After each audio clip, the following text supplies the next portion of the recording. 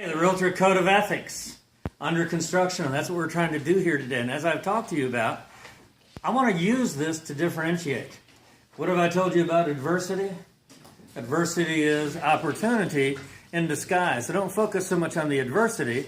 We want to peel off the mask and peel back the costume and look for the opportunity. So let's take a look at question number 1. True or false? Only realtors are subject to the Code of Ethics, and that is? False. That's true. That's true. See, that is a big deal. If you look at this, this is a big deal. Now let's look at the metrics. How many active licensees do we have in Georgia? You know? What's your potential competition? A little over 70,000. A little over 70,000 active real estate licensees in Georgia. How many realtors do we have? How many realtors are a member of the Georgia Association of Realtors? How many? 4,000. What'd you say again? 4,000. Very close. It's 38,000. The 4,038. I mean, when you're dealing with big horseshoes, that's close enough. That'll be close enough. So we have about 38,000. So what does that tell you? I'm not real good at spelling, but about half of the licensees are not realtors. About half of your potential competition does not have to abide by the Code of Ethics. Now, does that mean that they're not ethical? No. Does that mean that every realtor is ethical? No. But what it does mean is that we take serious our Code of Ethics. And we have a written code, and we can be punished if we don't follow the code. We don't just talk the talk of ethics, we walk the walk. So how do you use that as a value proposition? Well, you differentiate.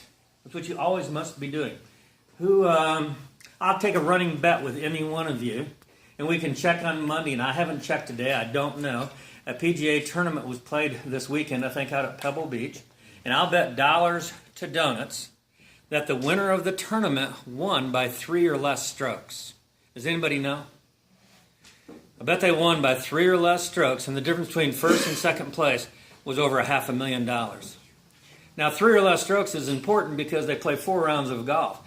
That is less than 1 stroke per 18 holes, a difference that is so small that you can't measure it on a scorecard. Yet they made $500,000. So how much better do you have to be to make twice as much money in your real estate business? You have to be twice as good? No, you just got to be a little bit better than your competition. You have to separate yourself. Differentiate yourself with a value proposition. That value proposition may be as a realtor. Let me share with you a real quick story. Somebody contacted me recently, and this buyer was very upset. The buyer made an offer on a property for a lease purchase.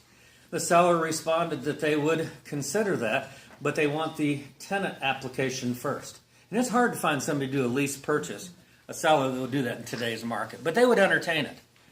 The tenant filled out the rental application, gave it to their agent, and the agent called the listing broker and says, I've got the tenant application. However, what is the commission going to be? And so, well, the commission it's a $10,000 commission for selling the property as it was in MLS. I'm giving half $5,000. Said, but that's for the sale. How much do I get for leasing the property? And so we get $5,000. So that's for the sale. What do I get for leasing it? Well, there's nothing there for leasing it. The lease is part of the sale. It's a lease purchase. And he says, well, I want more money. So they went to the seller, and the seller agreed to pay $1,000 upon execution of the lease, $9,000 at the close of the sale, which I thought was more than fair. The selling agent said, no, I want extra money. And if you don't give it to me, if you don't provide it for me, I'm not going to give you the tenant application. And that's what, and the thing blew up. The buyer is very upset and wants to know what they can do. Well, I can't find in the license law that that's a violation of license law. It's a violation of license law and our rules. If you provide documentation that is false, they just wouldn't provide the documentation. But in the Code of Ethics, Article 1, says that you have a duty of fairness to all parties in the transaction, but your primary duty is to your client. And I think that's a violation of Article 1 of the Code of Ethics. And I shared that with him. but their agent wasn't a realtor. So there was very little they could do except for speak poorly of the marital status of their parents. That's about all they. Y'all just think about it when you get it. Go ahead and laugh. It might be tonight, could be tomorrow, but whenever you get it, go ahead and laugh. I just hope you're not in an inappropriate moment when you get it. I mean, you don't have anything, and I share that with people, and this is the part of the benefit of working with a realtor. So after sharing that, I would say your family is getting ready to make an extremely important decision as to who you're going to hire to represent them. And your family deserves the best. I'm simply humbled and honored that you would consider me. But at the end of the day, shame on you if you don't hire the person that is best suited to protect your family. I just hope it's me. But please, please, please, please do this. Make sure it's a realtor. Because every licensee is not a realtor. Make sure they're a realtor.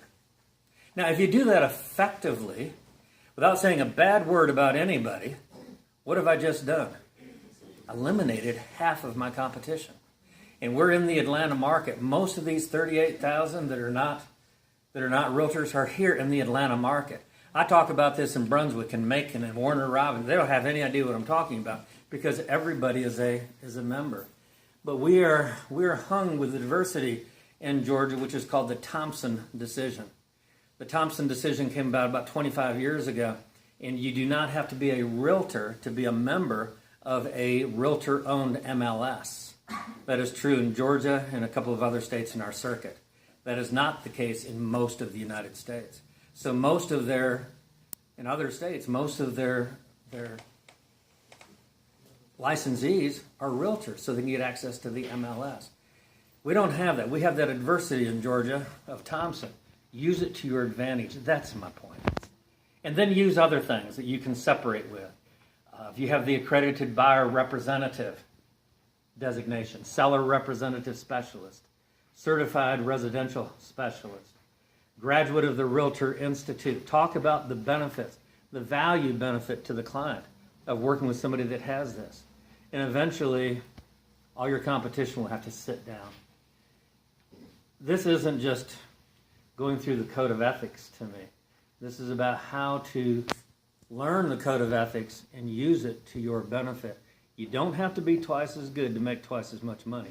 Real quickly, who is Michael Phelps? The swimmer. Oh my gosh! You just must be huge amateur swimming fans to know that, right? No. You're huge Olympic fans, right? No. Why do you know who Michael Phelps is? I can say the name and you immediately know who it is. Why? Because he won 8 gold medals. He beat Mark Spitz's record of 7. That's the reason you know him. When that last medal, look it up. The difference between him and second place could not be measured by the naked eye, even at slow motion. They had to go to the electronic touch pads in the pool to see who won that race for him to get that 8th gold medal.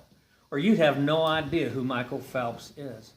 You wouldn't know that a couple of years ago he got caught smoking wacky tobacco. There's a lot of other people got arrested that day too, but what you know about is Michael Phelps. I bet that day he wished he wouldn't have won that 8th gold medal.